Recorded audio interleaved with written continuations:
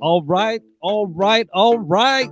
It is Aloha Friday Live, everybody. I am so happy. Like if Monique is dancing on the other side, this song is pretty cool. But we're so happy to have you here with us tonight as we discuss leadership and communication. And I couldn't have a better person to talk about this topic than Monique Russell. Monique, thank you for being with me tonight. I really have been waiting for a while to get to talk about this with you concerning leaders. And today we're going to take a personal perspective. So, leaders, if you're out there, this one's for you. We're going to be talking about you and to you.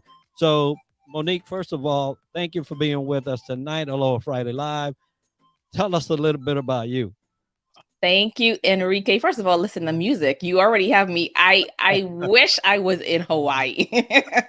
I need to be there. The beach is my total respite place.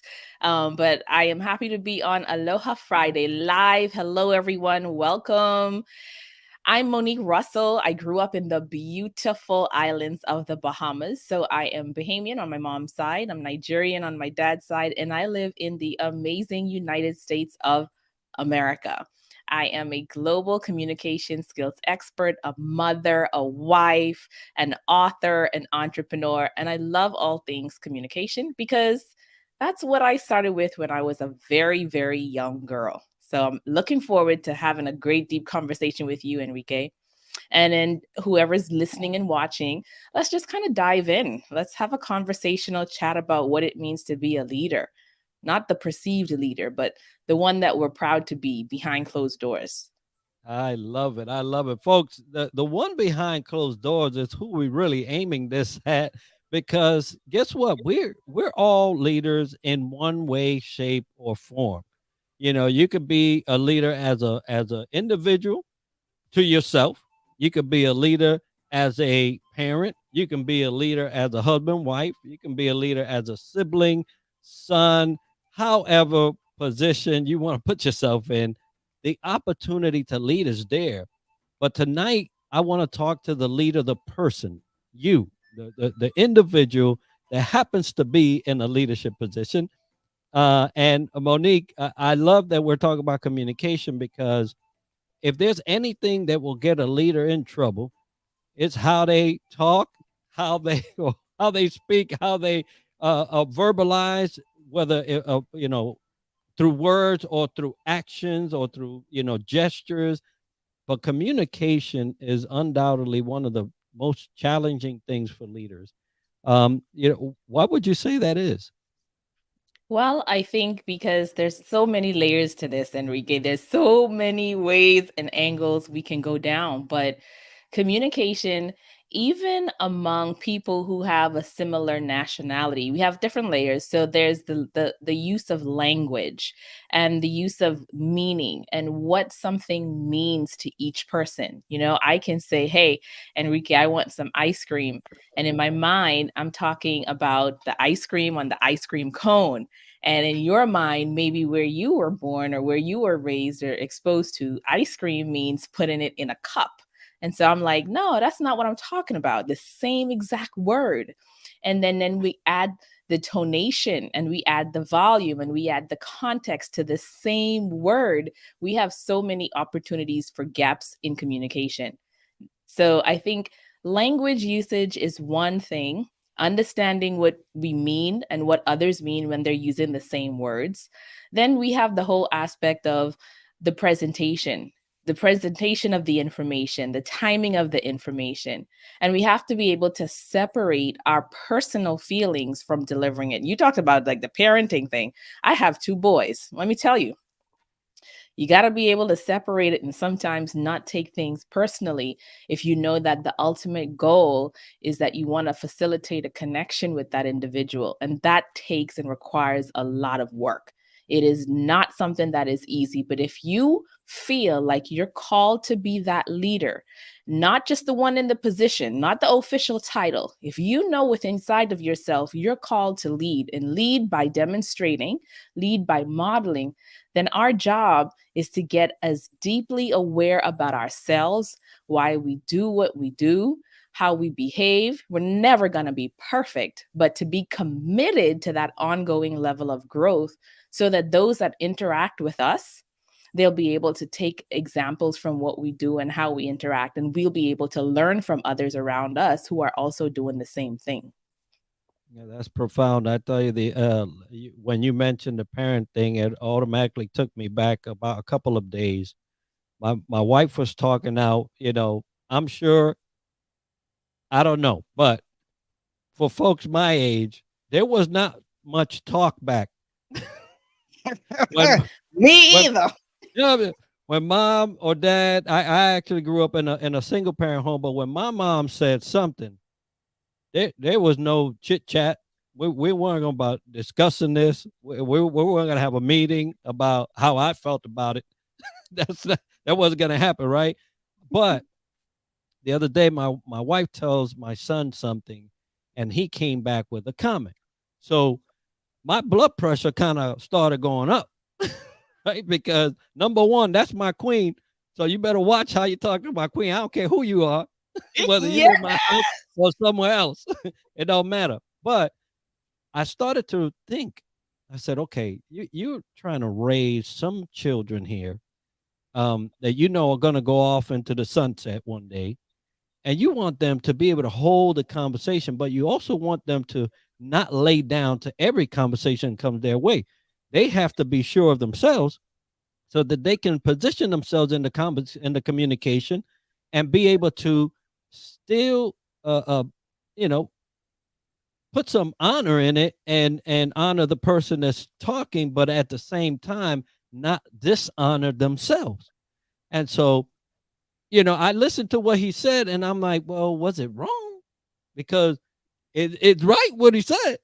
And I'm over here having a whole conversation with myself about their conversation, because I was listening. I said, okay, you want to be able to train these kids to be able to express themselves, but in a Mhm. way where they are as conscious as I am about who this person is you're talking to. There Mhm. was no, now, had I sensed that there was some type of disrespect, then I guess that conversation would have stopped and I would have injected myself. But when it comes to leaders, they often find themselves in something like that, whether it's at the job site or a meeting or at lunch or whatever. They are listening to conversations that they know good and well shouldn't be happening, but for the sake of, hey, that's none of my business, right? I grew up in the Bronx as well, so there's a lot of that's none of my business up there. It is. Yeah, people be on the floor and be like, that's none of my business. But you mentioned timing, which is, I love that you said timing, because there surely is a time and a place for some conversations, and there is definitely time and a place for way we communicate as a leader. So, in your practice, how you train folks, how much does timing really weigh in the effect and the success of communication? Everything. I did a podcast interview about a week ago with Leonard Rainberger on what to say when things get tough. And there's so Mm, many tough situations, tough conversations, emails that need to be had. Timing is everything.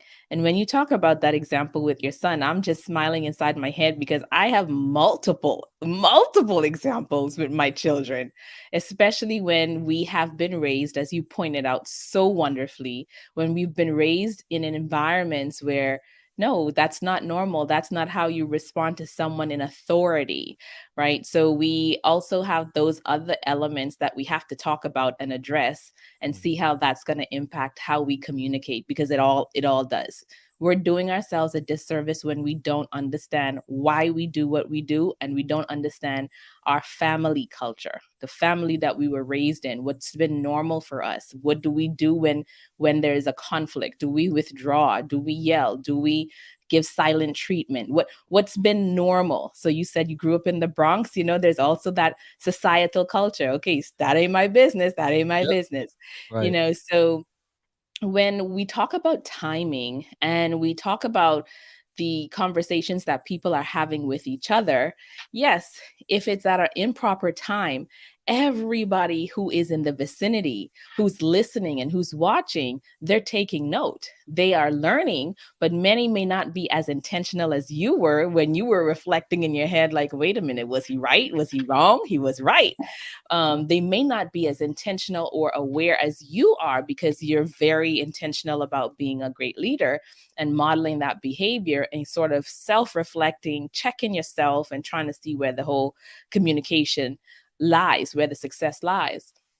As it relates to timing, even if it's not something that's on a private level, when you're in the workplace and the timing is it's at a place when it's very successful, then that also spreads. So it's contagious. It catches on wildfire. So without understanding when timing is right, and sometimes the way we have to do that is becoming aware within ourselves, to listen to that intuition, to have that instinctual understanding coupled with the external environment, looking at what's happening, who's around, who needs to be there, who doesn't need to be there, where it needs to happen. If we had a disagreement in the third floor break room, we don't need to squash it right there. Maybe we need to change the environment. Sometimes just an environmental shift is enough to begin success towards an intentional conversation. In the home, you might have had a spat down in the bedroom or upstairs in the office. That's probably not the same place that you want to address that issue. You might want to move it to the kitchen and have a conversation, move it outside and have a conversation. So being intentional about not just the timing, but the location, it will help you to have a much more successful outcome. Yeah, I Yes, love Rita. that. Yeah, Reading the and nonverbal. The Ritas and reading their nonverbals, which is we kind of mentioned right earlier the differences in modes of communication.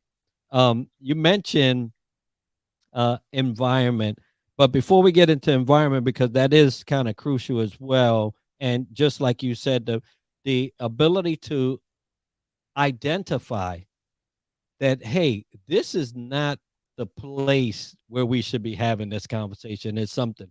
But before we get into that, um, we had originally talked about, or you brought up, the differences in cultures. Now, I have been for the last couple of handful of months, I would say, been very sensitive to the way we communicate as leaders, as it relates to the knowledge of the people we are talking to, because you can say, like you was mentioning about the ice cream, you can say something to this person that you're just going to turn around and tell the same thing to another person.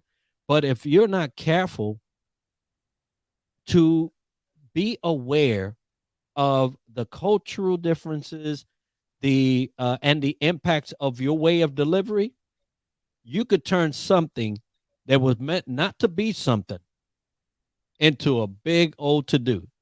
And I've seen that in so many ways because people tend to generalize their conversation versus being intentional about the way they're delivering to the person who's receiving it. And we are going kind of like in the industries, corporate America, I see them bringing back a lot of people now. They say, okay, everybody can come back into the office, whatever. Some people are just kind of still wading the water.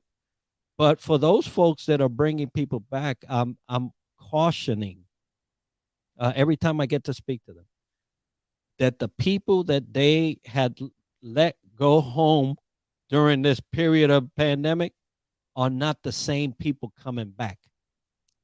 And so a lot has changed.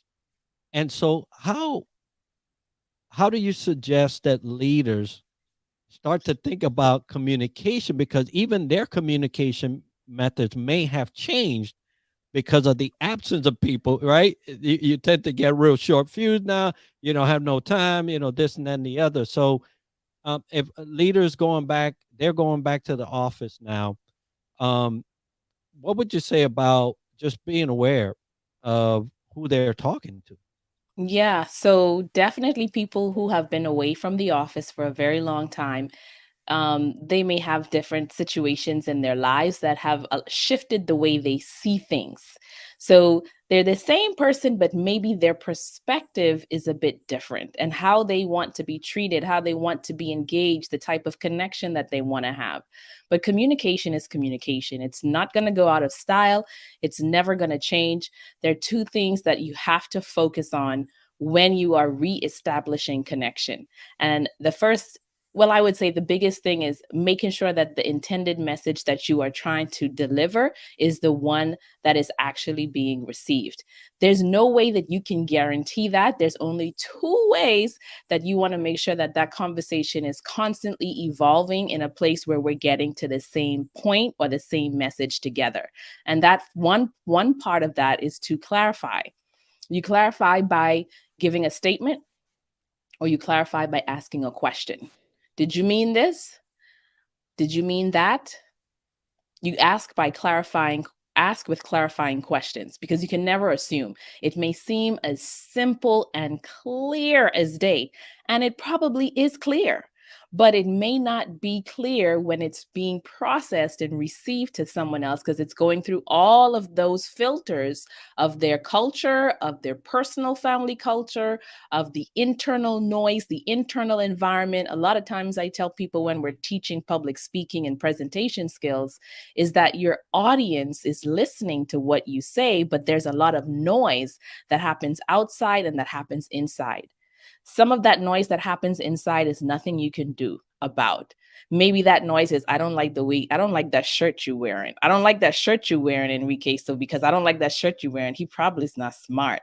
This is what tape is playing in my head. That has nothing to do with you. It has everything to do with me. So there are internal biases and filters and noise and things that are going on. And when you're presenting as a speaker or as a leader, your job is to try to reduce as many noise elements that are in your control, not the ones that are outside of your control, but the ones that are in your control. And then if there's any confusion, like I said, you ask a clarifying question or you make a statement. What I heard was, maybe you said something to me, Enrique, that, all right, your son was trying to backtalk your wife, and you said it as clear as day, and everybody who's listening, they heard the same thing.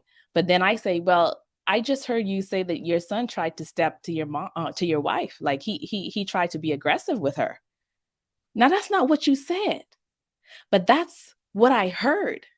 I'm giving an example, not legitimately. I'm Yeah, just yeah, yeah. giving a scenario. So, in order to connect and reestablish that connection with people who are re entering the workforce, but not just re entering the workforce in general, parent, husband, wife, leader, you have to always have those two aspects of clarifying with questions or clarifying with statements. Don't ever, ever, ever assume, because even if your message and your language is clear, it may not be received the way that you intended.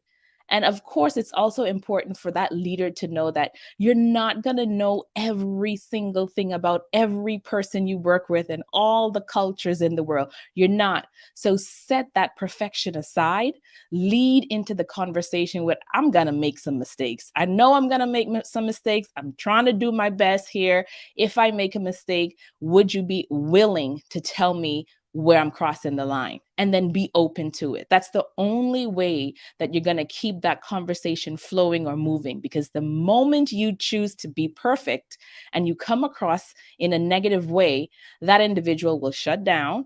They may withdraw, they may get defensive, they may retaliate, and now your communication cord is tense, it's chipped, it's broken, and you have to focus on working to repair rather than moving that conversation forward.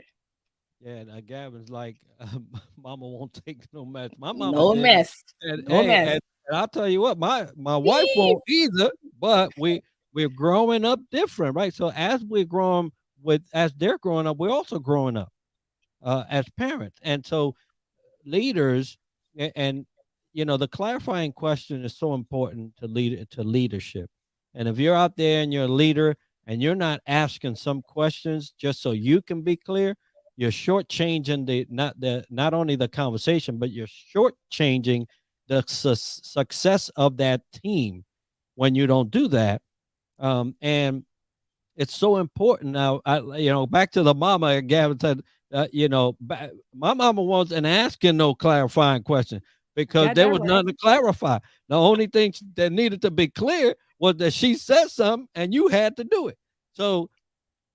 But there's a lot of leadership right now that are following that same model, and they don't take the time to clarify the position of each person in this conversation so that they don't step wrong, right? Because you know, uh, you talk about, oh, what I heard was your kid try to step to your wife, right? Well, you know what? And as funny as that may be, that's how my mama would have took it. Oh, you trying to step up? What? And then you got flip flops flying because that's what used to happen. Uh, so so and there are leaders currently in positions that are taking that approach to conversation. Now, it takes a leader to understand that. And earlier when we started the show, I had mentioned, hey, this is for you, the single leader. We're talking to you. We're not talking about your surroundings. We ain't talking about the people in your team. We're talking to you. You know, what are you doing to ensure that you're growing outside the elements that are currently around you, and that you're prepared? Because I think there's just when people feel like, oh, this person's trying to, and this was a big word, uh in the military. I'm trying to think, I know what it is, I'm trying to think about it. I get it when it comes to me.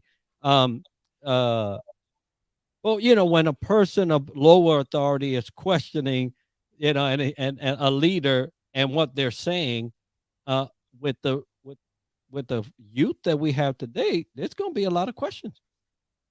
It's it's going to be a lot of questions, and so a leader Okay. has to outgrow this superiority complex of positional authority as the end all to be all in this relationship. And so when leaders are faced with this, I think it was just a historical way of being. It's just, oh, that's how I was raised, and so that's what I'm gonna do. What would you tell leaders that are struggling with that? With seeing communication that's meant to be clarifying with an aggressive approach towards their authority. hmm This one is very tough. It's tough because when you have been so accustomed to being in an environment where that's the modus operandi, and you're now trying to tell someone, like, okay, you have to change this approach. You have to be a little bit more flexible. You can't be as rigid. It's very hard for someone to change. And even the leaders that we're talking to right now, some of them may not be able to handle the type of conversation or communication that we're talking about. We're talking about an elevated level where we're focused on connection. We're not focused on tactical task giving, task driven communication. Get this done, turn this in, make this presentation, format this slide, deliver this message to your people. We're not talking about the tactical leadership. We're talking about strategic leadership.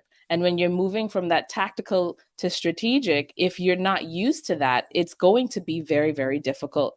So I would try to be compassionate with that person and to help them understand how they develop their view and their lens on the authoritarian style of leadership. I would commend them and show them and help them to understand when it is appropriate to demonstrate that style, because sometimes it is appropriate. Sometimes you need very clear, assertive, directed. It may be perceived as aggressive, but hey, this is what we need to do in a certain period of time or a crisis. And we don't need any type of wishy washy, flippy floppy type of kumbaya. No, we don't have time for that right now. This is what we need to focus on. There are times and situations where that type of style of leadership is needed. So I would let that leader know, here are the situations where this original style might thrive. Here's another approach. I would give them options. I don't always I always tell people, you can't force anybody to do anything that they don't want to do. But if you can help to educate them and empower them to see how and why choosing a different approach will allow them to get a different result, then it will be something that they may be inclined to move toward. So I remember when there was this case study with when the Columbia Challenger was trying to go into space, and that was a whole debacle. It failed. People died. And the guy who was in charge of it, now his name is not coming to me, but I remember the story where he was sharing that, okay, people wanted them to get back out into space very quickly. And he went back to the team, very skilled scientists. Everybody is smart, everyone is super intelligent, but they could not come together on how to take the next approach. He felt they needed to focus on one thing. They felt he wasn't listening. They felt that, they're not being seen. Their colleagues had gone into outer space with the Challenger at NASA. They died. And so what it did, it caused division. He would say, I would kneel down and hone in and hammer down on the data, hammer down on the statistics. Every time he hammered down on it, he drew them further and further away. And it was only after the fact that he took a management course and he learned about communication and leadership that he had this light bulb moment pop. And he was like, oh, there was a better way. If he could do it all over again, he would change the way he communicated with the team to move it forward. Why? Even though they got the task completed, at the end of the day, nobody would speak to him. For years afterward, nobody would look him in the eye, even in the elevator. So he became isolated, he became ostracized. So I would encourage and caution those leaders who are using, traditional or maybe older methods, authoritative methods of leadership, direct dictatorship methods of leadership, to consider the fallout and consider the negative personal impact to themselves. It's not that they don't want to do better, sometimes they don't know how. So we have to educate them, inform them, empower them, and show them how they can be successful taking different approaches to get the tasks and the job that they need to get done. Yeah, I totally agree. You remind me of a story a friend of mine shared, and I learned from it as a senior enlisted. I still learn from it every time I share it. And it was a young, in this case, airman, and he was instructing the individual on cleanliness. Say, hey, this kitchenette. They work for the staff and admiral, so they had a little kitchenette. Uh, hey, this kitchenette needs to be clean. I'm gonna come back in 30 minutes. Kind of check up on you. All right, cool. Come back 30 minutes, and it wasn't all up to snuff. So he's like, is this the best you can do? And they're like, well, no, I guess I can do a little bit. Oh, okay, well, hey, I'll be back in 30 minutes and check it. And he take 3 whacks at this to try to shorten the story, but at the end, he says, well, wow, you did a good job, and he could have easily in the military say, what's wrong with you, yada yada yada yada yada, because it's kind of an environment where you just boom and you get it done. But he took the time. He took the time and he considered the ramifications afterward, right? He's a senior enlisted. He's about to move on, but this person is going to stay in the military, for quite some time. And if he did not consider the impact of his communication style, then this sailor would have either say, I'm done. I don't have to sign, right? That's the good thing. It comes a time you don't have to sign no more. You just go home, right? Um, but he did take the time and considered the impact. Now, that's one area that a lot of leaders fail to do. And that's why we focus. And folks, if you're a leader and you're listening to this, that's why we're focusing on you, the personal leader, you. Before you can lead anybody, you need to lead yourself, right? Because I'm the kind of person that if you're not leading yourself, you ain't gonna tell me. It's just the way it is. I'll tell you. I'll say, well, hey, I appreciate your input, but you got a little stuff to do before you start throwing that at me. But in any case, um, this is where you gain ground on not only communication, but which we're talking about, but in other areas when you consider the ramifications of your actions today. Now, I'm telling you right now, I'm going to give you grace for everything you've done from yesterday on, and you need to do the same. You got to do it. But tomorrow, what are you going to do tomorrow? Is it going to look like yesterday? Because if it is, you ain't growing. And so I thank you, Monique, for bringing up ramifications because that's something that they don't consider. Yeah. Most people don't consider it until it hits them hard in a certain way. Maybe they've missed an opportunity. Maybe they experienced a really big negative impact. Some people learn differently. They learn because they are driven by gain or pain. Right? They feel that pain and then they make a change, or they see somebody who's doing something that's inspiring for them, and then they say, "Okay, I can do that. I can gain that. That's something that I can strive to." So I think that when we see leaders who are struggling, yes, we definitely have to give compassion because we want people to give us compassion. And like I said, no one is perfect. We're all a work in progress, but leaders definitely have to take that personal responsibility and that accountability if they want to be respected, if they want to have people who are working with them and not against them, because it just creates additional stress for you, stress for the people that you work on. And we know what happens to stress. It manifests in the body in many different ways, in health forms. And what type of quality of life is that if you're not able to enjoy yourself, or you're feeling stressed, you can't sleep properly at night, you're having heartburn and indigestion, all because of some ineffective way to connect with the people that you are working with and the people that you're leading, or even the people that you're living with. So I just say, yes, look at the ramifications. Focus on developing yourself. What are you doing to grow? If you know that you had this problem 10 years ago, why are we still here? Why are we still at this point? So really get people around you who can be open, who can be honest. Don't get so defensive. Don't get upset every time someone gives you some feedback or advice on how you're coming across. That just reminded me of someone I was working with last week, and she's literally exhausted. So there's also a connection between exhaustion and fatigue and the way we lead.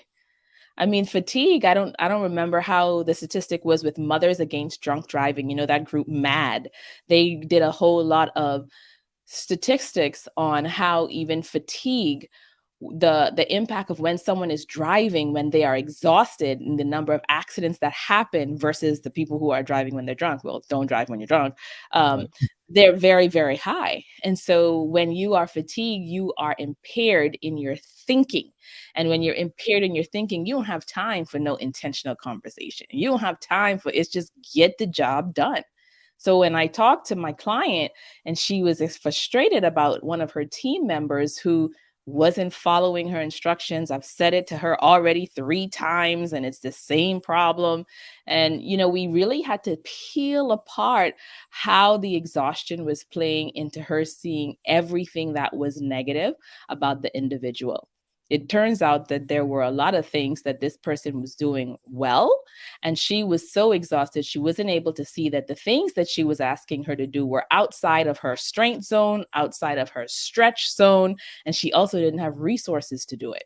So sometimes when we're fatigued, we're making ineffective choices, we're using ineffective language, and because of our authority, it's safe, we fall back on it, and we just want to get the job done, get it done. Just be more organized, be more confident. But what does that mean?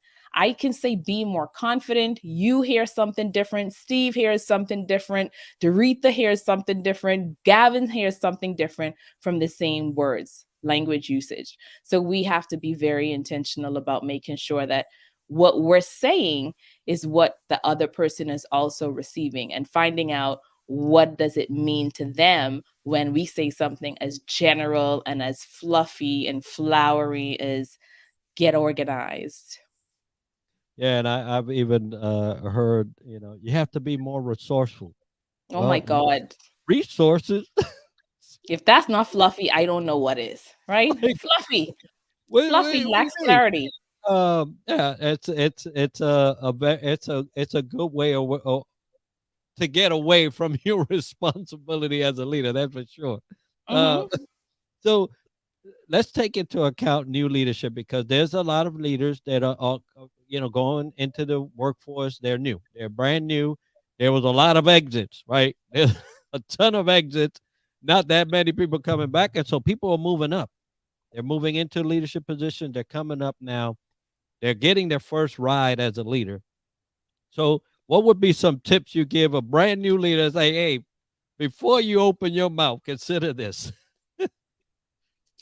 Well, this works well because I have a lot of new leaders I'm working with right now. And they'll tell you what, they love getting support because they don't want to feel like they're failing. And most of the times, the organizations don't really have a lot of wraparound onboarding support for someone who's moving into a higher role. They were an individual contributor and they're moving into a new management position. There might be a few webinars or something like that, or whatever have you.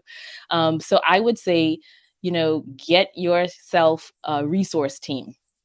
Make sure that you understand communication styles.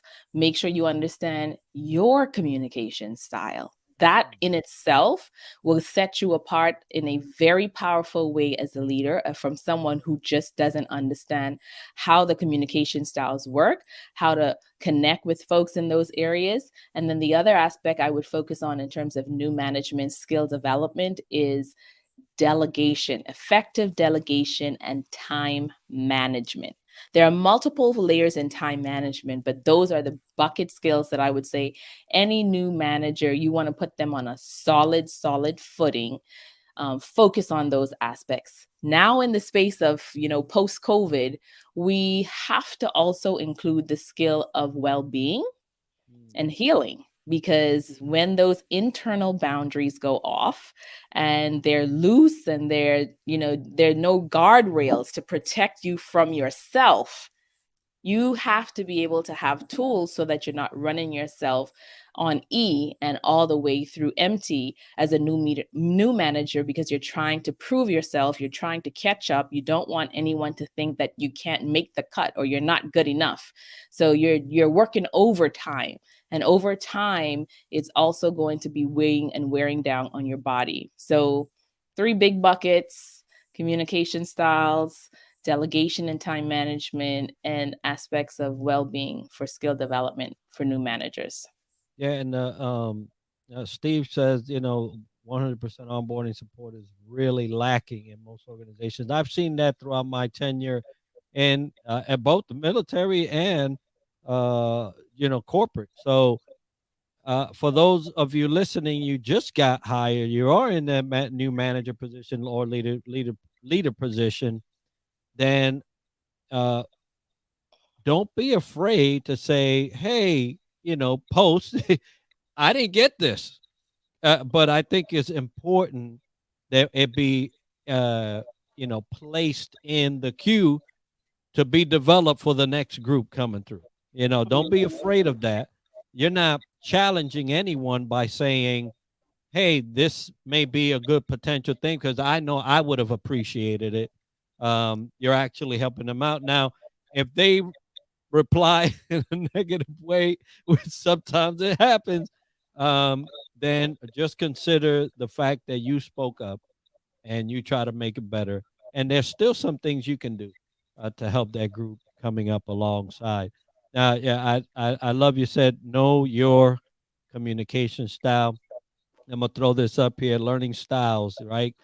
Visuals, auditory, and it does help uh, for you to know your style.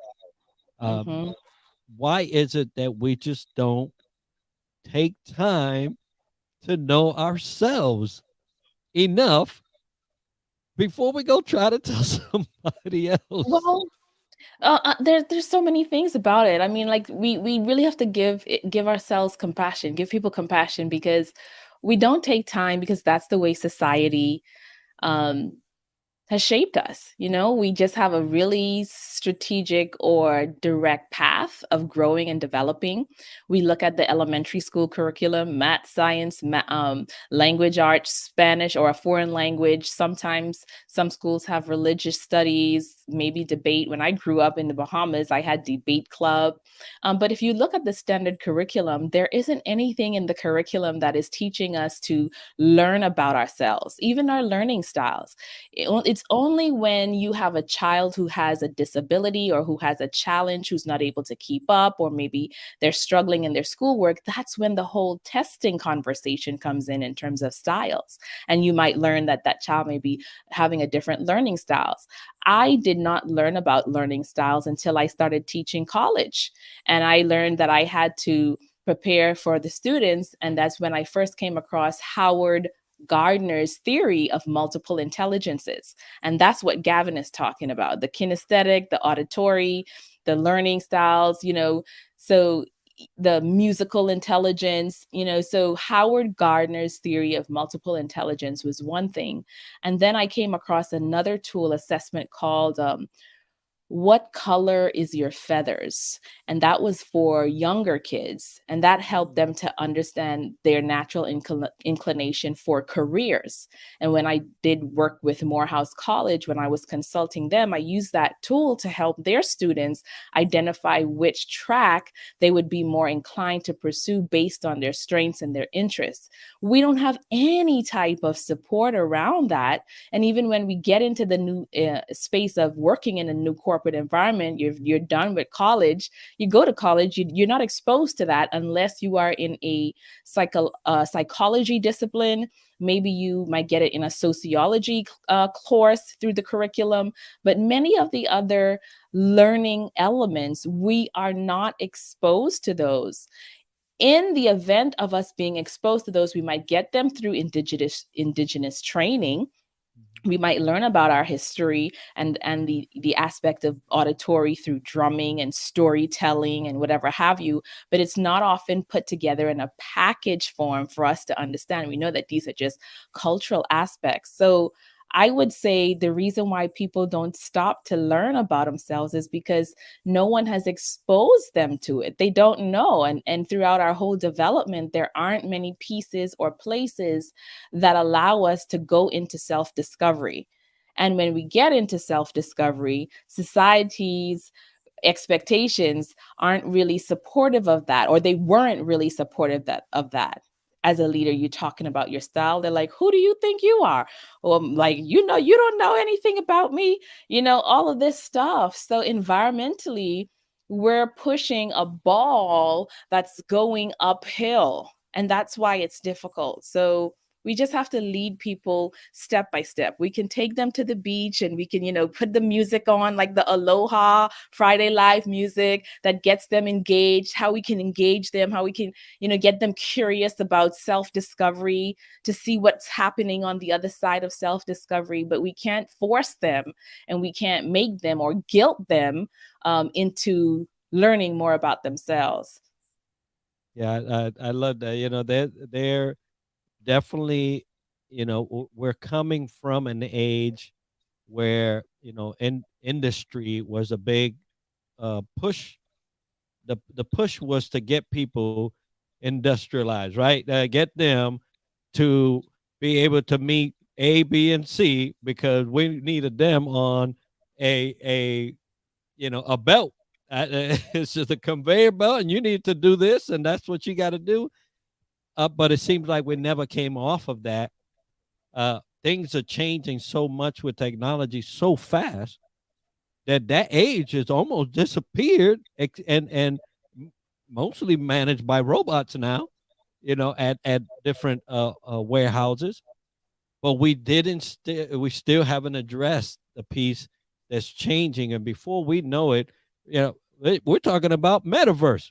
We're talking about a pseudo me living in a made made up world, and it's going fast and it's coming Mhm. fast. So I love that you point out the fact that we're just not wired like that as a world, and there may be some places that are worse off, right? They haven't even come off of the labor, like the field type of labor force mentality. So things are a little better for you leaders that are listening, and you're wondering, man, yeah, I haven't taken any time to really know myself. Then maybe this is a good time to do it, or at least start with calling Monique. All right, we're going to share that information right now because there's a lot of people that can learn not just from communication piece from you, but about themselves, about Yes. really learning how they communicate because of who they are and what makes them and drives their communication, and how they can do better at communicating at these job sites and different places that they go to. So, Monique, if someone wanted to get a hold of you, how would they do that and where would they go? Okay, so you can go directly to my website, moniquerussell.com. That's MoniqueRussell.com. You can visit me on LinkedIn, Clear Communication Coach. Make sure you personalize your invite. Let me know that you heard us here on Aloha Friday Live. You can call the office line, 706-963-0322. That's 1-706-963-0322, and just let me know that you're interested in strengthening your communication skills. You want to become a better leader, and you want to learn more about how you can show up more confidently and play to your strengths. So it's been so phenomenal talking to you, Enrique. And I think people like to learn about themselves. They want to know about their histories. Sometimes they're afraid to know. But there's a lot of data that shows that when we learn more about ourselves, we build our self esteem and we become more empowered. So, something as simple as starting with your name. Where'd you get your name from? What does your name mean? Like what was normal for you growing up? If you wanted to celebrate, what was celebrations in your home like? How was sad times handled in your home? When it was time, if you got in trouble, what was normal for you? So learning more about just some of the basic things can be a springboard to discovery about yourself and where you got your first leadership lessons, because that's what we tend to display as we grow older as adults. Yeah, who laid that foundation, right? Because it's important. I'm looking in Florida. There's a lot of construction. In Hawaii, there's construction. All over there's construction. But if you build a house like you build in Puerto Rico, in Florida, it's going to sink. Ooh. It's going to sink because they put so much concrete and rebar in Puerto Rico. They don't want that house to fly away, right? Because But it's a it, hurricane, it right? did, yeah, because of Hurricane Central, they built those houses like tanks, right? At least the frame and the foundation and all that is like reinforced steel and all kinds of stuff. You don't see a house built like that in Florida. I mean, it's cinder block, and then the second floor is nothing but wood, right? Wood. Yeah, wood, right? So it's important as to who laid that leadership foundation, and so it's always good to reflect on, oh man, you know what? But that person wasn't that all that great when it comes to it. I might have to rethink something. Or man, I really appreciate that person still today they're doing their business and really, had they not come across my way, yada yada yada. But always good to reflect on that. Monique, thank you so much for being with me tonight, covering communication, covering the styles, covering things that are gonna make leaders more successful as we transition back into this group thing again when we're in person. Right today, I was golfing. There's a lot of people golfing. You're still a little cautious, right? But you're outside, and there's only four of y'all. But it's I see it more and more, right? So people are coming together more. Work is going to be coming together more. If you had a last thing to tell a leader that you say, you know what, in the thick of things of what I do, man, if I could just get all leaders to do this, uh, how successful would they be? What would that be? Ooh, big ones. Apologize. It's a tough Mm, one. Apologize. It's never too late to make a wrong right. I don't care if it's 5 years love ago. it, love it, love it, love it. Apologize. That is so powerful. That open door, right? Hmm. That open door to grace on both ends, because that's what you do. Now, hey, a person has a choice, right? But you did your part, and Hmm. I'll tell you that it is freeing, liberating. When you are able to say, you know what, even in my position, I don't get it all right, and so I love that. Folks, thank you for being with us tonight, Steve, Gavin, Doretha, and anybody else that I have not mentioned that may have been with us. Thank you so much for being with us here on Aloha Friday Live. I got a couple of things to mention before we go, and I tell you, if you like cookies, and I promise you, I ain't getting not a dime from this, but I love them so much. If you like cookies, check out Honolulu Cookie Company. Gavin knows what I'm talking about because he's over there in Hawaii, just loving it. But they have a cookie. I'm gonna send you a little something in the mail, Monique, from Honolulu Cookie Company. I want you to try them out and let people know about them. But folks, if you want to, go ahead, Honolulu Cookie Company. Look at their website. They have some great stuff. Um, Coming up, May 26th through the 29th, here, Orlando, Hilton, is Podfest Expo, the biggest Podfest conference that you're going to see. And it's happening here next week. And if you would like to go, you're in the area, you want to go, there is a 20% off discount for Podfest if you use DTLW Podcast 20 at checkout.